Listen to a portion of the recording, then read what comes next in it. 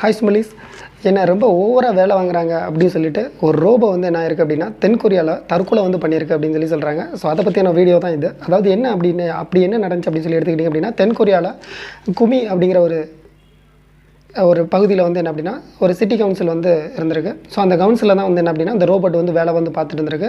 கிட்டத்தட்ட இந்த ரோபோ வந்து போன வருஷம், அதாவது 2023 அக்டோபரில் வந்து என்ன அப்படின்னா வேலைக்கு அப்படின்னு சொல்லி கொண்டு வந்திருக்காங்க. கொண்டு வந்து அதாவது மக்களுக்கு வந்து டெலிவரி பண்ணுறது, அவங்களோட இன்ஃபர்மேஷன் வந்து கொண்டு போய் சேர்க்குறது, இந்த வேலையை வந்து அந்த ரோபோ வந்து அங்கே சிட்டி கவுன்சிலில் வந்து பண்ணிகிட்டு இருந்திருக்கு. அப்படி பண்ணிக்கிட்டே இருக்கும்போது என்ன ஆகுது அப்படின்னா, திடீர்னு அதாவது 2வது மாடிக்கு முதல் மாடிக்கு இடையில் இருக்கக்கூடிய அந்த படிக்கட்டில் வந்து இறங்கும்போது என்ன ஆகுது அப்படின்னா 2 அடி, அதாவது 2 மீட்டர் படிக்கட்டில் வந்து என்ன ஆகுது அப்படின்னா கீழே வந்து குதித்து தற்கொலை பண்ணி இறந்துருச்சு அப்படின்னு சொல்லி சொல்கிறாங்க.